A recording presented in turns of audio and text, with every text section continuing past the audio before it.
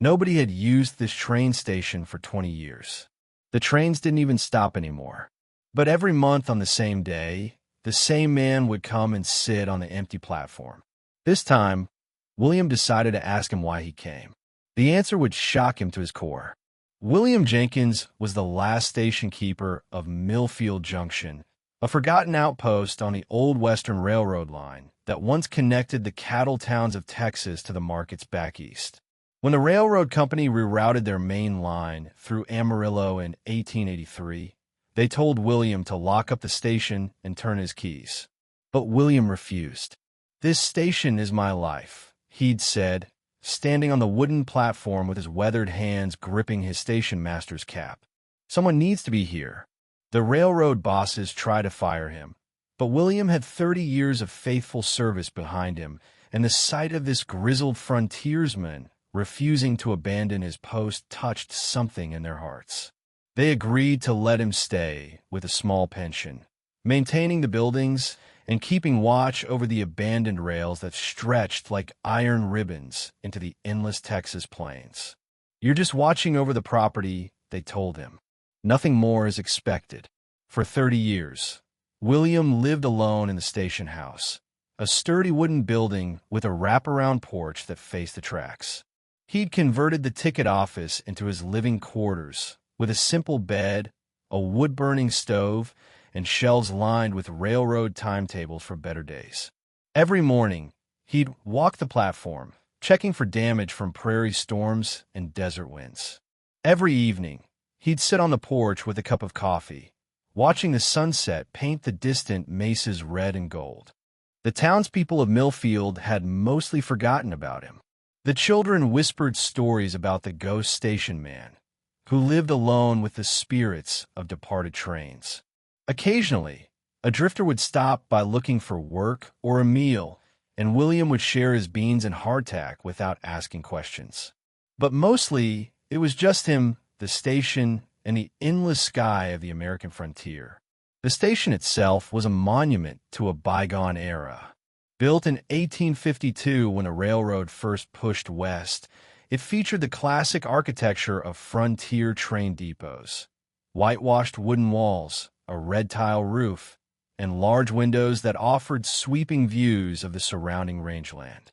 The platform was shaded by an overhanging roof supported by carved wooden pillars, and a large clock tower rose from the center of the building, its hands frozen at 3:47, the exact time the last train had departed 30 years ago.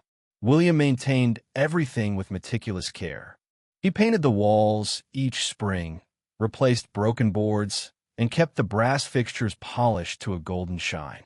The waiting room still contained its original wooden benches, worn smooth by countless travelers who had passed through on their journeys westward. Maps of the railroad network hung on the walls, their routes now obsolete, but still marking the dreams and ambitions of a nation pushing toward the Pacific. The platform stretched for 100 yards alongside the main track, with painted lines marking where different cars would stop to load passengers, cattle, and freight. Wildflowers now grew between the railroad ties, and tumbleweeds occasionally rolled across the rails. But William kept the platform swept clean and the station bell polished, ready for trains that would never come. But William was content with his solitary life.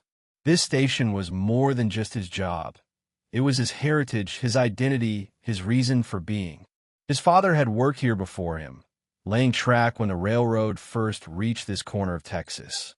His mother had sold sandwiches and coffee to passengers during the busy years when cattle drives converged here before being shipped east to Chicago. His older brother had died in the Civil War while serving as a railroad engineer, and his sister had met her husband on this very platform before heading west to California. Every corner of the station held memories. Every weathered board told a story. William had been born in the upstairs apartment, had taken his first steps on this platform, had learned to read using discarded railroad timetables. This place was woven into his soul in ways that city folks could never understand. Until the strangers started coming. William first noticed him in May of 1893, exactly 10 years after the last train had departed. It was a Tuesday afternoon, and William was repairing a loose board on the platform when he saw a figure approaching from the direction of town. The man was elderly but moved with purposeful steps, wearing a black coat and hat despite the warm weather. He carried a small leather satchel and walked with the measured pace of someone who had traveled many miles. Without acknowledging William's presence, the stranger walked directly to the far end of the platform, the spot where the first passenger car would have stopped, and sat down on one of the wooden benches. He placed his satchel beside him, removed his hat, and began to wait, staring down the empty tracks as if expecting to see a locomotive's headlight pierce the afternoon haze. William watched from a distance, uncertain whether to approach. The man had the bearing of a gentleman. His clothes were well-made, though travel-worn. His posture suggested education and refinement, and there was something in his manner that spoke of deep purpose rather than confusion or madness. He didn't look like a drifter or a saddle tramp, and he certainly didn't appear to be suffering from prairie fever or desert madness. For 3 hours, the stranger sat in perfect stillness, never checking a pocket watch, never showing signs of impatience or frustration. As the sun began to set behind the distant mountains, painting the sky in shades of orange and purple that only existed in the American West, the man finally stood up, replaced his hat, picked up his satchel, and walked back toward town without having spoken a single word. William scratched his head and went back to his repairs, assuming the stranger was a traveler who had gotten confused about the train schedule. Maybe he was new to the territory and didn't know the railroad had been abandoned. It happened sometimes. Folks would arrive in frontier towns with outdated information, expecting services that no longer existed. But exactly 1 month later, on the 15th day, the same man returned. Same time, same bench, same 3-hour vigil staring down the empty tracks. This time, William paid closer attention. The stranger's routine was precisely the same. Arrive at 3:30 in the afternoon, sit on the bench, wait until sunset, then depart without a word. Month after month, year after year, the pattern continued. The stranger aged gradually but gracefully, his hair turning from gray to white, his movements becoming slightly more deliberate, but his devotion to this mysterious routine never wavered. He came in scorching summers when the metal rails were too hot to touch, and in bitter winters when snow drifted across the platform. He came during spring thunderstorms that turned the prairie into a muddy sea, and during autumn dust storms that could blind a man at 50 yards. William began to plan his own schedule around these visits. He made sure to be working somewhere on the platform where he could observe the stranger without seeming intrusive. He noticed small details. The man's clothes, while well-maintained, never seemed to change style or wear out completely. His satchel was made of expensive leather, but showed signs of long use. Most puzzling of all, the stranger never seemed to age at the rate one would expect. After 10 years, he looked perhaps 5 years older, as if time moved differently for him than for other men. The other peculiar thing was the effect the stranger's presence had on the station itself. On the days he came, the place seemed more alive somehow. The old clock in the tower, which had been silent for decades, would occasionally chime the hour. Birds would land on the platform and sing in ways William had never heard before. Even the wildflowers growing between the tracks seemed to bloom more brightly on those afternoons. William began to look forward to these monthly visits with an anticipation that surprised him.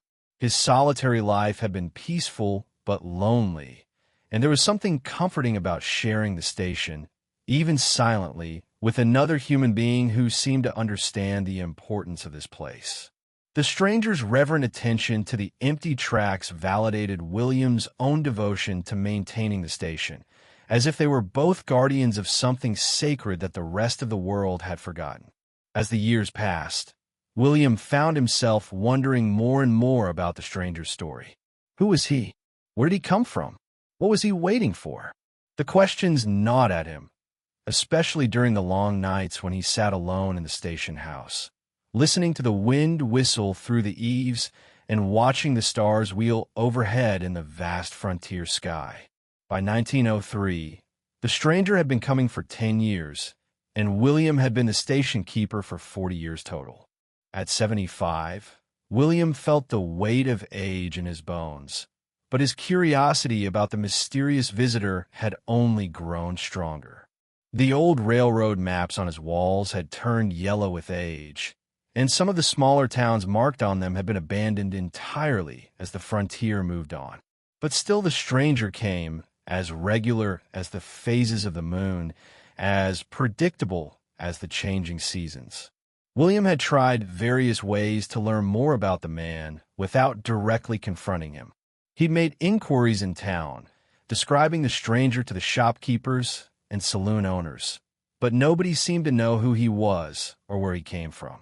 He'd even asked the local sheriff, a practical man named Tom Bradley who had known William for 20 years, but Sheriff Bradley just shrugged and said there were lots of odd characters drifting through the territory, and as long as they weren't causing trouble, it wasn't his concern. Maybe he's got kin buried somewhere along the railroad line, Bradley had suggested. Some folks have peculiar ways of mourning their dead. As long as he's not disturbing the peace or stealing anything, I'd say let him be. But William couldn't let it be. The mystery had become too much a part of his life, too central to his daily routine. He realized that he'd begun measuring time not by weeks or months, but by the intervals between the stranger's visits. When the 15th of each month approached, William would find himself cleaning the platform with extra care, as if preparing for an important guest. Today was different, though. Today marked exactly 30 years since William had become the sole keeper of Millfield Junction, and exactly 20 years since the trains had stopped running. It seemed like a significant anniversary, a day when questions deserved answers and mysteries ought to be solved. As William watched the familiar figure approach along the dusty road from town, he made a decision that would change everything. This time, he would not remain a silent observer. This time, he would find out who this man was and why he came. The stranger followed his usual routine, walking directly to the bench at the end of the platform and settling in for his 3-hour vigil. But today, after watching for a few minutes to steel his nerves, William approached. His boots made soft sounds on the weathered planks as he walked the length of the platform, and the stranger looked up as he drew near. "Afternoon," William said, touching the brim of his hat in the polite manner of frontier courtesy. "I'm William Jenkins, the station keeper here. I've seen you coming here for a good many years now, and I was wondering if you might need some assistance or information." The stranger studied William's face for a long moment, as if weighing some internal decision. Up close, William could see that the man's eyes were a remarkable shade of blue, the color of prairie sky just before sunset. There was a depth of sadness in those eyes that spoke of loss and longing carried for many years. "Good afternoon, Mr. Jenkins," the stranger replied, his voice carrying the educated accent of someone who had spent time in eastern cities. "I am Harold Mitchell. I apologize if my presence here has been a disturbance. I know the trains no longer run, but I hope you don't mind my coming here to remember." "No disturbance at all," William assured him, settling onto the bench beside Harold. "I've been curious, though. 20 years of regular visits. That's quite a commitment to remembering. Must be something powerful important to bring you back here, so faithful-like." Harold was quiet for so long that William began to think he wouldn't answer. The two men sat in comfortable silence, watching heat mirages shimmer above the rails and listening to the distant call of a red-tailed hawk circling overhead. Finally, Harold began to speak, his voice barely above a whisper. "There was a train that was supposed to come through here," Harold said. "June 15th, 1883. The 3:30 westbound to California. I was supposed to be on it, heading to San Francisco to start a new life.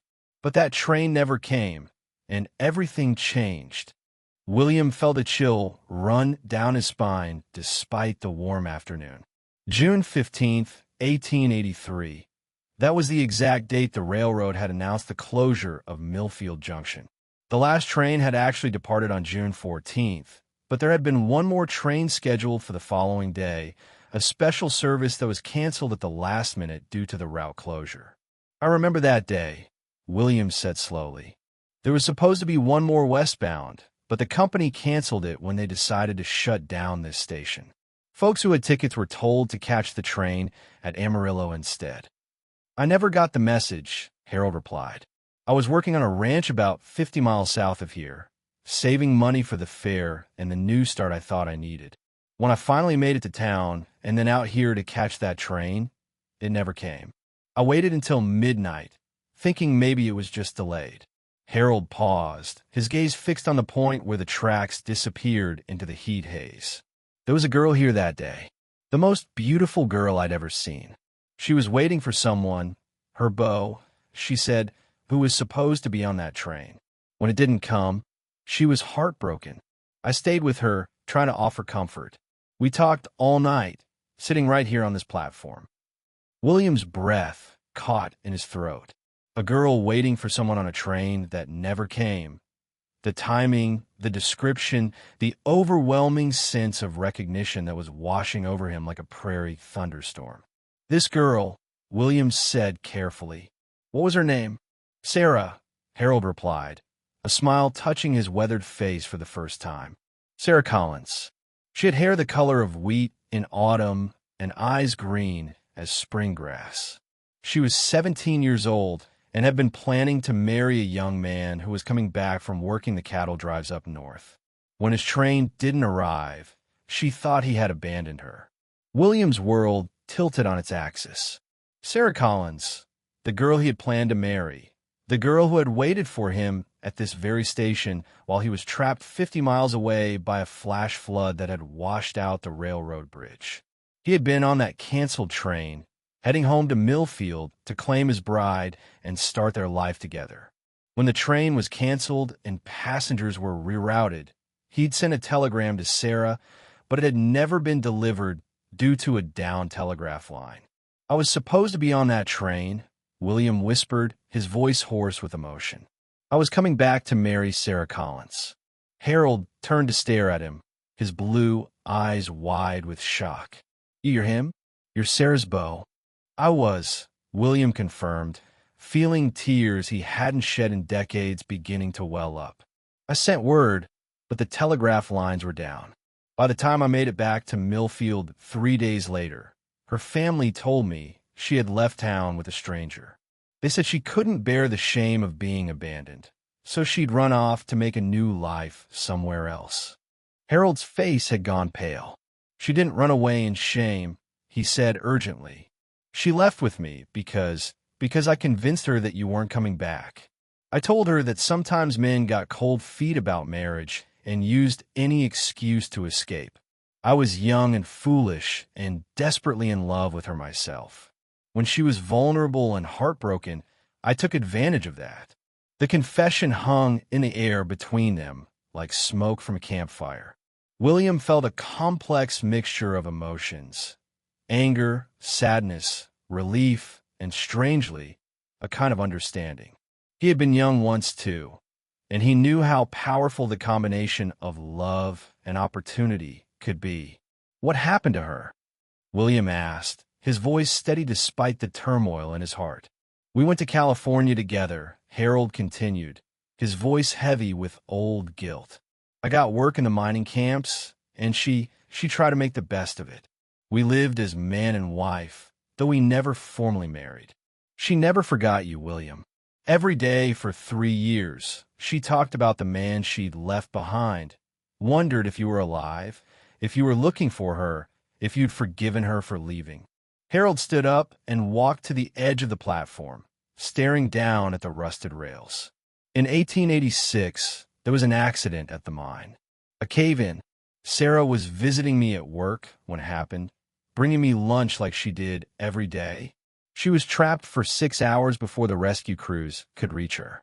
She survived, but her injuries were severe. She died 2 days later in my arms, still talking about you. William closed his eyes, feeling the weight of 30 years of unanswered questions finally settling into place. Sarah hadn't abandoned him by choice. She had been a heartbroken girl who made a desperate decision based on incomplete information, and she had paid for it with her life. Her last words, Harold continued, turning back to face William, were about this place. She made me promise that if I ever found you, I would tell you that she never stopped loving you. She wanted you to know that leaving with me was the biggest mistake of her life, and that she died hoping you would find happiness without her.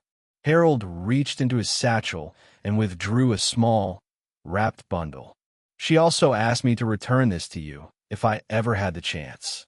He unwrapped the bundle to reveal a simple gold locket, tarnished with age, but still beautiful. It was her grandmother's. She said you gave it to her as an engagement gift and that it rightfully belonged to you or to the woman you eventually married. William's hands shook as he accepted the locket. He remembered buying it from a traveling merchant, spending 2 months' wages to purchase something worthy of Sarah's beauty. Inside, he knew, would be the tiny photograph of himself that he had given her, and on the other side, a lock of her wheat-colored hair. "Why do you come here?" William asked, his voice thick with emotion. "Why every month for 20 years?" Harold sat back down on the bench, suddenly looking every one of his 70-odd years. "Because this is where I stole her from you," he said simply. "This is where I committed the sin that destroyed 3 lives. I come here to remember what I did, to feel the weight of it, and to wait." "Wait for what?" "For the train that should have come that day. The train that would have brought you back to her and prevented all of this. I keep thinking that if I wait long enough, if I'm faithful enough, maybe time will correct itself. Maybe that train will finally arrive, and I can undo the harm I caused." William understood then. Harold's monthly vigils weren't just acts of remembrance. They were a kind of penance, a self-imposed sentence carried out in the place where his crime had been committed. For 20 years, he had been returning to the scene of his betrayal, hoping against hope that somehow the past could be changed. "Harold," William said gently, "that train did come. Just not when we expected it." Harold looked at him in confusion. "What do you mean?" William stood up and walked to the end of the platform, gesturing toward the town of Millfield visible in the distance. "After Sarah left, I stayed here, became the station keeper, took care of this place, waited for her to come back. I never married, never left, never stopped hoping. For 30 years, I've been living the life that was meant for both of us, keeping our dreams alive in the only way I knew how." He turned back to Harold. "And you've been coming here all this time, carrying her memory, making sure she wasn't forgotten. Don't you see? The train that was supposed to bring us together finally did arrive. It just took 40 years to make the journey." Harold's eyes filled with tears. Can you forgive me?" William considered the question carefully.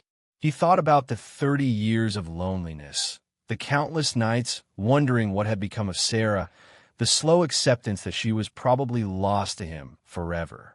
But he also thought about Harold's 20 years of faithful visits, the obvious love and guilt that had driven him to this strange pilgrimage, and the courage it had taken to finally tell the truth. "Sarah made her choice," William said finally. "You didn't force her to leave. You just gave her an option when she thought she had none. We were all young, and young people make mistakes. The important thing is that she was loved, even if it wasn't by the person she expected to love her." William opened the locket and looked at the tiny photograph inside. His own face, decades younger, full of hope and dreams that had never quite been fulfilled in the way he'd expected. On the other side was indeed a lock of Sarah's hair, still golden after all these years. "Tell me about her life in California," William said.